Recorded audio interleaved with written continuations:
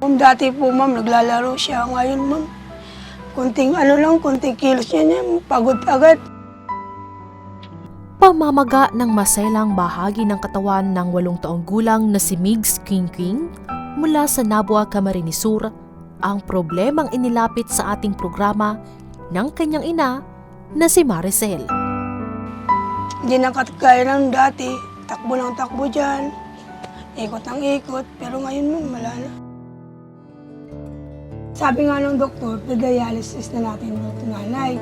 Sabi ko, huwag naman po ma'am, huwag naman po ang doktor ay dialysis, baka di pa kayanin. Wala tayong magagawa kung ayaw mong dialysis natin, kumawa ka ng paraan ng gamot ng anak mo. Ayon sa doktor na sumuri sa kalagayan ng kanyang anak, maaaring nakuha ni Migs ang kanyang sakit dahil sa labis na pagkain ng junk foods. Yung pag-aaral niya, binibigyan ko siya ng baon. Hindi ko naman po alam kung yung pinibili niya sa pagkain niya. Ano pa, mga chichirya, ma'am. Yun na nakuha niya yung sakit niya. Nagkaroon na rin daw ng pamamaga ang kidney ng kanyang anak. Talagang malas talaga yung ma'am. Laki tupam.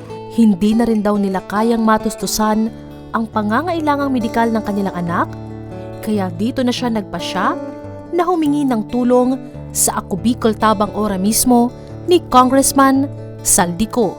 Magandang hapon po, Nanay Maricel. Magandang hapon po rin po. Kumusta po ngayon ang kalagayan ng inyong anak? Yung ano po niya, bayag niya po lumalaki. So hanggang ngayon po ba ay nakakonfine pa rin siya sa ospital? Sa BMC po. BMC. May sinabi po ba yung doktor kung ano po ang kailangan gawin para po dito sa anak ninyo? Pag ano daw po support, nabili patay yung gamot, may gamot na pang araw-araw. Kailan po lumabas itong mga sintomas ng sakit ng inyong pong anak? December 24 po. Pang ilang anak niyo po itong si Migs? Palima po. Panglima?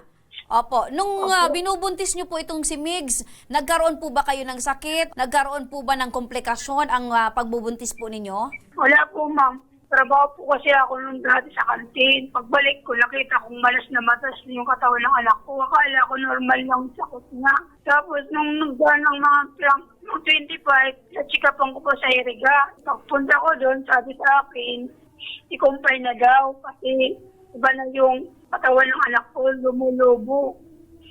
Kaya nung 26, pumunta na kami ng Naga. Opo. Bukod po sa tulong ng Ako Bicol Party List Nanay ay may ibibigay din po kami sa inyo. Mula naman po ito sa programang Ako Bicol Tabang Ora mismo. Cash assistance po ito, Nanay. Opo, at syempre Nanay, meron din kaming grocery package para sa iyo at sa iyong pamilya. Pupuntahan po kayo ng aming team. Kaya agad na bumiyahe ang Team Tabang Ora mismo upang personal na bisitahin ang bata.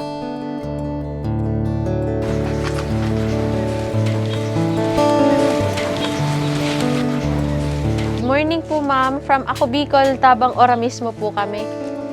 Pinapunta po kami dito ni Congressman Saldico po para alamin nga po yung kalagayan ni baby.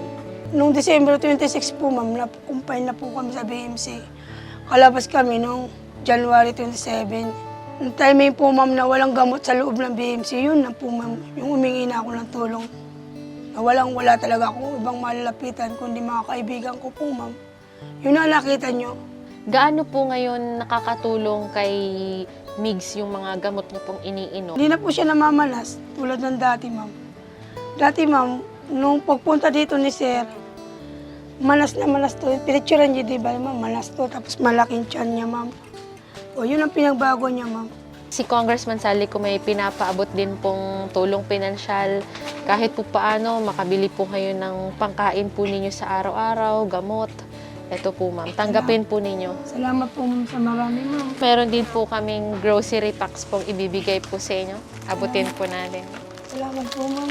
Ay, ano po. At least mo may pang salo-salo kayo ng pamilya niyo. Opo ma'am.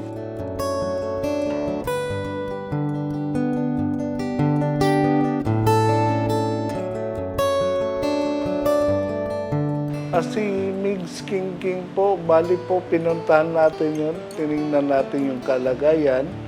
And kausap na po natin yung pamilya din dahil ang kahilingan nila, yung gamot na matugunan ang gamot niya, yan po, by next week, sasamahan pa natin po sila dyan sa Bicol Medical Center para po yung follow-up check-up and ma-schedule natin yung i-schedule natin yung kanilang pagpapa-interview sa DSWD para makakuha sila ng financial pambili ng gamot.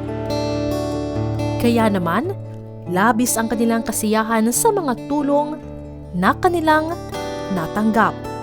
Papasalamat po ako sa Ako Bicol Ora mismo na tinulungan po ako, nakabili po ako ng gamot ng anak ko. At ngayon po, sa tabang po ng gamot na nabili ko po, nawawala na yung pamamalas ng anak ko. At sana po tuloy-tuloy na po yung paggaling ng anak ko para makapag-aral na po siya.